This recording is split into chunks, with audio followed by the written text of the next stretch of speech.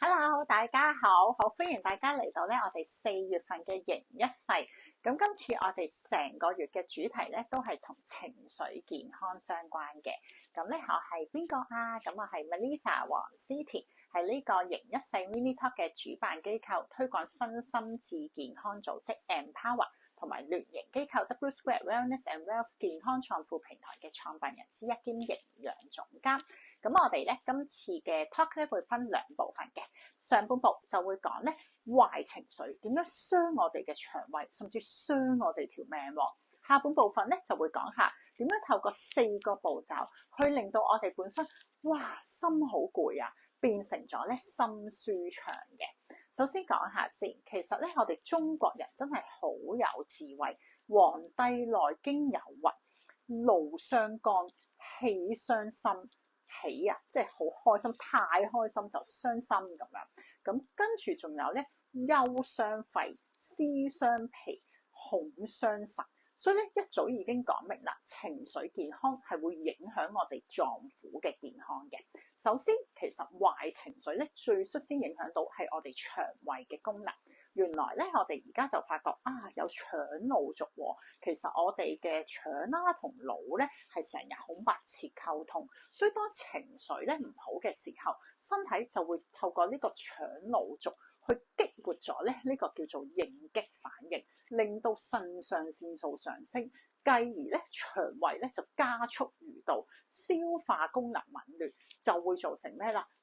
好似腹脹啦、胃痛呢啲等等嘅症狀，同埋腸道嘅屏障功能都會受損，就造成一啲功能性嘅腸胃病，例如大家比較熟悉嘅腸燥症啦。原來研究發現，全世界有1/10人都會因為呢個情緒嘅問題而造成12指腸潰瘍同埋胃潰瘍噶喎。咁另外啦，如果腎上腺素一路飆升，其實唔單單影響我哋嘅腸胃，仲會影響我哋嘅外觀，因為我哋嘅毛囊就會進入呢個休止期啦。咁會點就係我哋好驚嘅頭髮加速脫落啦，跟住皮膚嘅抵抗力都下降，嚴重啲係會造成蕁麻疹、痤瘡、濕疹等等，仲要係反反覆覆，好難係治癒嘅。而第3點就係影響我哋嘅免疫功能啦。因為當我哋情緒唔好嘅時候其實個皮質醇都會上升嘅喎，咁就會令到其實個白血球嘅功能被削弱咗。咁當然啦，當我哋壓力好大，其實就會係壓抑咗，即係你唔會病嘅。但係大家有冇成日聽或者自己都試過？當我一做完好忙嘅嘢，一放鬆我就病啦。試完就係嗰個免疫系統由呢個叫壓抑，就轉移即係當你放鬆就變成咗過度活躍，咁就造成炎症，所以就會造成咗我哋嗰個緊張放鬆就會變成咗緊張嘅時候就唔病，但係一放鬆就病到嘅呢個狀態。而喺美國一位好著名嘅精神即係呢個神經病學專家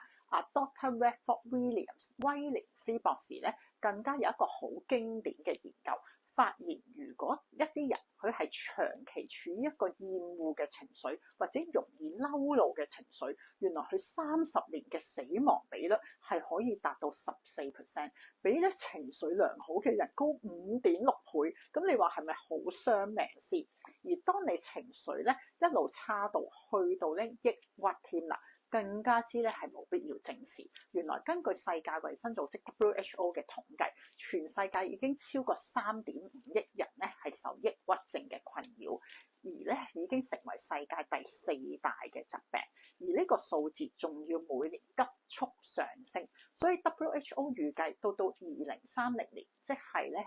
呢個4年後啫，其實抑鬱症就會成為全球疾病負擔第1位嘅疾病。咁聽完咁多啦，咁我哋點樣可以透過4個步驟去逆轉，令到我哋心裏變心酸呢？首先第一，咁就係社群聯繫。人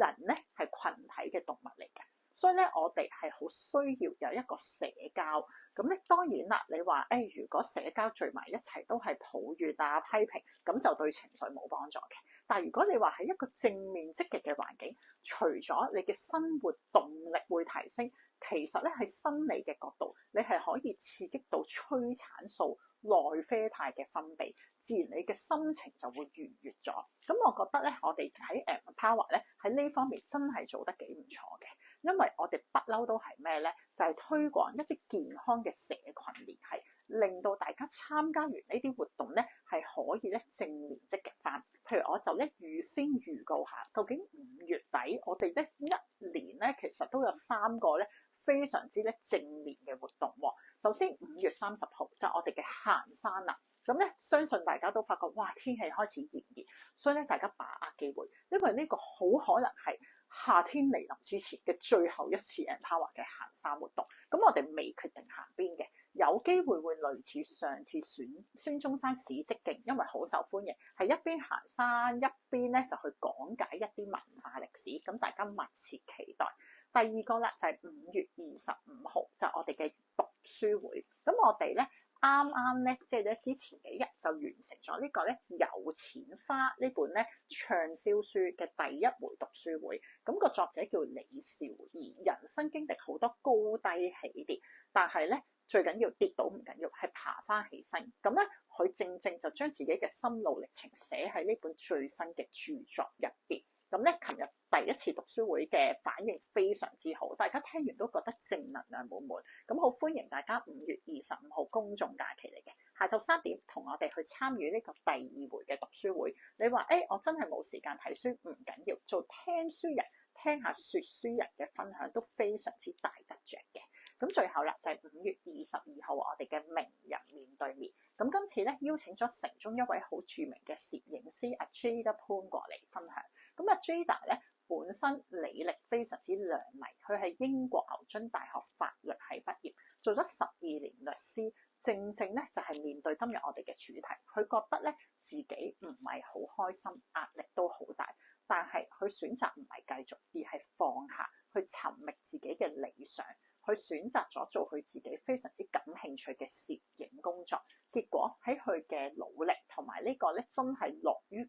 即將自己嘅興趣融入喺佢嘅生活之中咧，咁咧做出嚟嘅成績表咧都好亮麗喎。喺佢嘅鏡頭有無數嘅名人明星，甚至一般嘅大眾都有，每一個咧好多都反映透過 Jada 嘅鏡頭可以展現到自己真實嘅一面，同埋咧係令到自己更認識自己嘅，所以好歡迎大家到時候一齊聽下呢位女仔佢嘅心路歷程嘅轉變，同埋佢呢個故事都係非常之勵志，擔保大家聽完咧情緒咧都會咧係滿滿嘅正能量翻去嘅。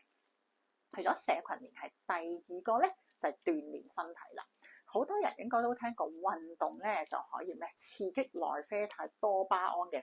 分泌喎，的而且確係嘅。但係咧自己一個做運動好啲啊，定係成班人一齊做運動好啲咧？咁如果大家聽明咗第一點嘅社群聯繫，呢個就係1+1嘅威力啦，就唔等於2，係等於唔知幾多啦。所以啦，我哋咧又係啦，到星期5嘅逢星期5朝早11點至12點半就有呢個咧，即係我哋嘅運動健體工作坊，大家一齊嚟到，除咗做一個高強度間歇性運動咧，可以話即係可以增肌啊、塑形，又有經絡拍打，又有平衡型嘅鍛鍊，最緊要係成個氣氛非常之輕鬆開心，所以大家咧嚟真係把握機會去體驗一下啦。第3點就係優質嘅睡眠，冇嘢可以代替瞓覺嘅。大家應該都試過瞓唔到，瞓得差呢個人都穩穩陣陣啦。咁好多人都話我夠知啦，不過瞓得唔好啊嘛。咁要點做咧？大家可以睇完我呢條片，即將5分鐘後完，就轉移去睇上一個月我哋贏一世嘅 mini talk，因為正係講點樣幫助改善睡眠。個題目叫做想一覺瞓天光，先搞懂噪音同埋經絡。原來噪音同經絡對我哋瞓覺都好有幫助嘅喎，大家喺嗰度咧就會咧知道多啲啦。咁第4點當然啦，就係同我哋飲食相關，因為 we are what we eat 啊嘛。咁飲食好咧，亦都會令到你有動力去行出去，有社群聯繫，可以瞓得好，可以有能力咧去體力去鍛鍊身體嘅。咁咧我會今日講4種主要嘅營養素。第一種係蛋白質。當中嘅色氨酸正係刺激我哋咧快樂荷爾蒙，即係呢個血清素佢嘅合成。咁呢個詳情又係可以參考翻我上個月講睡眠嘅 mini talk。咁血清素咧仲有另外一啲嘅物質都會幫助合成嘅喎，正正就係維他命 B 族啦。當中特別維他命 B6、B12 葉酸都係合成血清素、多巴胺呢啲神經遞質嘅必須嘅輔酵素嚟嘅。如果唔夠嘅話，其實我哋大腦調控嘅情緒能力就會大大下降，造成咩呢？就係抑鬱啦、焦慮啦、專注力下降、精神渙散等等啦。咁平時就可以食多啲全穀類啊、雞蛋啊、一啲深綠色蔬菜都幫到手嘅。但係因為始終維他命 B 係水溶性嘅，所以我哋要不時去補充。咁如果食唔夠咧，好鼓勵大家可以試下咧紐崔萊呢個雙效維他命 B。話到明雙效，即係佢會分兩階段去釋放，有啲釋放得快啲，俾你即刻去工作去做嘢嘅；有啲慢慢釋放，令到你身體可以咧慢慢補充修復。加埋一個 superfood 螺旋藻，咁咧就相得益彰。咁我哋而家逢星期一晚上嘅營養讀書會咧，正正都係講緊維他命 B 族，所以咧歡迎大家去問我哋攞一條連結，夜晚8點半至9點半安坐家中撳條連結入嚟 Zoom 咧就會聽到啦。好啦，咁咧當然啦。你話維他命 B 咧，亦都好鼓勵大家。雖然我哋頭先咧講咗3隻維他命 B，但係佢係成個家族要齊齊整整，我哋係要一齊去補充先得嘅。咁咧跟住第3個營養素就係鎂質 Magnesium，其實佢嘅綽號咧叫做呢個情緒穩定劑啊。所以咧其實佢對於我哋舒緩我哋成個嘅煩躁啦、失眠啦、肌肉嘅繃緊咧，全部都好有作用㗎喎。咁咧平時就可以透過一啲又係全穀類啦，跟住又或者係芝麻啊、一啲蘑菇啊呢啲咧都會幫手吸到，即係呢個攝取到呢個鎂質。咁當然我哋嘅鈣、鎂、維他命 D 入邊咧都有豐富嘅鎂質，大家都可以咧去留意一下。